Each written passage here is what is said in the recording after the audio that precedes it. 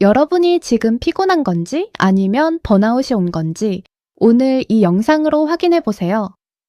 보통 대부분의 사람들은 이 둘을 잘 구별하지 못합니다.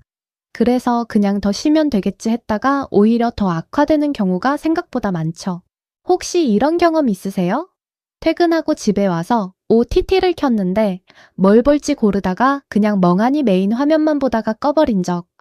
좋아하던 음식을 시켜서 먹었는데 기대한 것보다 별로 맛이 없어 실망한 적, 아니면 주말에 푹 잤는데 월요일 아침 오히려 더 피곤하고 몸이 무겁게 느껴진 적. 아마 이 영상을 보고 계시는 여러분 모두 겪어보셨을 거예요. 이 모든 증상들은 단순히 피로로 인해서만 일어나는 것이 아닐 수도 있어요. 이 영상을 기획하면서 저도 주변 사람들에게 물어봤는데 10명 중 7명이 나 요즘 번아웃인 것 같아 라고 하더라고요. 근데 번아웃이라는 말, 일상에서 정말 흔히 쓰이는 단어지만 번아웃이 정확히 어떤 상태인지 아는 사람은 생각보다 많지 않아요. 번아웃이라는 개념은 1970년대 미국 심리학자 허버트 프로이덴버거가 처음 정의했어요. 그리고 2019년에 세계보건기구 WHO가 번아웃을 공식 질병 목록에 올렸어요. 번아웃을 단순한 스트레스가 아니라 제대로 된 의학적 상태로 인정한 거예요. WHO가 정의한 번아웃은 이렇습니다. 만성적인 스트레스가 제대로 해소되지 않을 때 생기는 소진 증후군. 예시를 들어드리자면 핸드폰 배터리가 0%가 됐는데 충전기를 꽂아도 전혀 충전이 안 되는 상태라고 볼 수 있어요. 일반적인 피로의 경우 충전기를 꽂으면 충전이 되어 자면 회복되고 쉬면 나아지고, 그런데 번아웃은 달라요. 충전기를 꽂아도 0%에서 1%도 안 올라가요. 충전기를 꽂고 있는데도 계속 방전되는 느낌이라고 하면 이해가 되실 거예요. 이게 바로 번아웃의 증상이에요.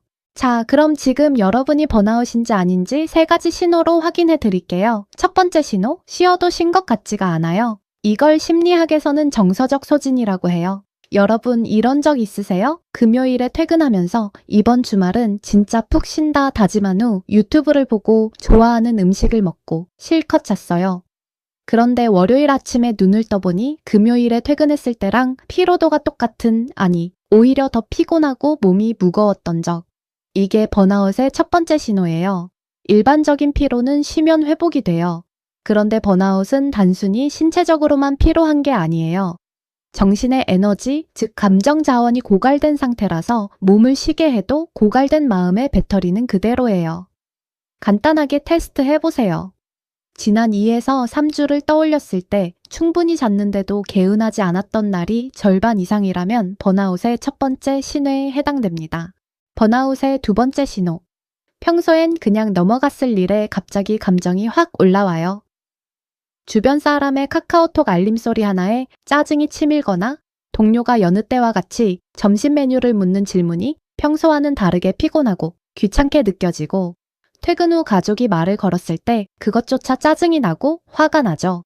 이건 그냥 그날 기분이 좋지 않아서 등의 단순한 이유로 설명할 수 없어요. 뇌과학적으로 번아웃 상태에서는 우리 뇌에서 감정 조절을 담당하는 부위인 전전두엽의 기능이 저하됐기 때문이에요. 쉽게 말하자면 감정의 브레이크가 닳아서 제대로 작동을 못하는 거예요. 자동차도 브레이크가 닳으면 정지하는데 거리가 더 필요하잖아요. 그것처럼 감정이 올라왔을 때 평소보다 그 감정을 다스리는 능력이 저하되는 거예요. 그러니까 요즘 내가 왜 이렇게 예민하지 싶다면 단순한 기분, 성격 문제가 아니라 번아웃으로 인해 뇌가 과부하 상태라는 신호일 수 있어요.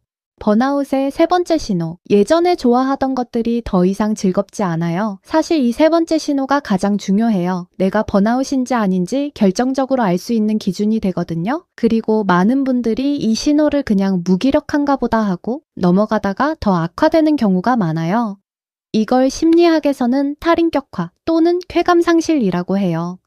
원래 퇴근하면 게임할 생각에 설레던 사람이 어느 순간부터 게임을 켜도 재미가 없고, 좋아하던 유튜버 영상을 봐도 감흥이 없고, 좋아하는 친구와 맛집을 가는 것도 더 이상 설레지 않고 오히려 귀찮게 느껴지죠. 이게 핵심이에요. 단순한 피로는 쉬고 나면 오늘 뭐 할까 하는 기대감이 돌아와요. 그런데 번아웃은 기대감과 설렘 자체가 사라져요. 기쁨을 느끼는 능력 자체가 고갈된 상태거든요. 이 세 번째 신호까지 해당된다면 여러분은 지금 번아웃이 꽤 진행된 상태일 수 있어요.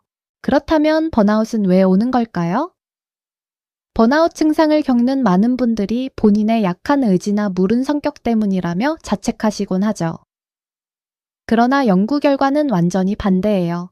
번아웃을 연구한 크리스티나 마슬락 교수에 따르면 번아웃이 가장 많이 찾아오는 사람의 유형이 있어요. 바로 책임감이 강한 사람, 완벽주의가 강한 사람, 그리고 남들한테 실망을 주기 두려워하는 사람이에요.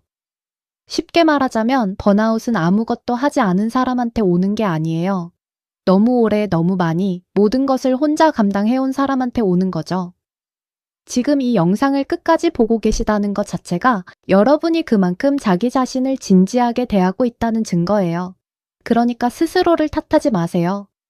번아웃은 실패가 아니에요. 쉬지 않고 달려온 몸과 마음이 여러분 자기 자신에게 이제 좀 쉬어도 돼 라고 보내는 신호예요. 그러면 번아웃에서 회복하려면 어떻게 해야 할까요? 딱 한 가지만 말씀드릴게요. 번아웃 상태에서 회복하기 위해 가장 먼저 해야 할 건 더 열심히 하는 게 아니에요.